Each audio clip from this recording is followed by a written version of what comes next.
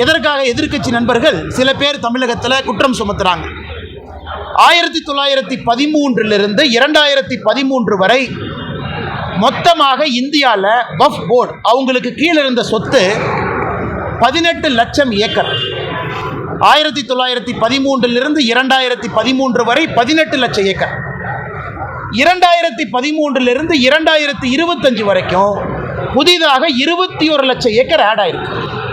அப்போ கணக்கு போட்டு பாருங்க.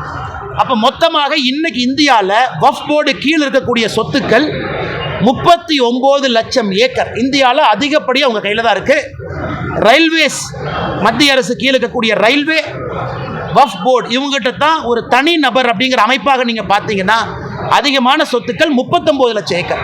இதில் ஆச்சரியம் என்னன்னா கடந்த 12 ஆண்டுகளில் மட்டுமே 21 லட்சம் ஏக்கர் ஆட் ஆயிருக்கு. நிறைய குழப்பங்கள்.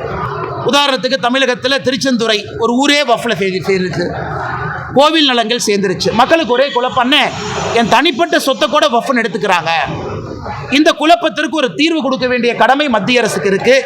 அதனால் இந்த சட்டத்தில் ஒரு தீர்வு நம்ம கொடுத்துருக்கோம். யார் ஒரு சொத்தை வக்ஃப் போர்டு சொத்துன்னு சொல்ல முடியும்? ஒரு அரசாங்க சொத்தை வக்ஃப் போர்டு இத்தனால எடுத்துக்க முடியும். இந்த அமெண்ட்மெண்ட் கொண்டு வர வரைக்கும் அரசாங்கத்தினுடைய சொத்தை செக்ஷன் 40 படி வக்ஃப் போர்டு அவங்க ப்ராப்பர்ட்டியாக டிக்ளேர் பண்ணாங்கன்னா வேற தீர்வே இல்லை. இன்னைக்கு அதை மாற்றிருக்கும்.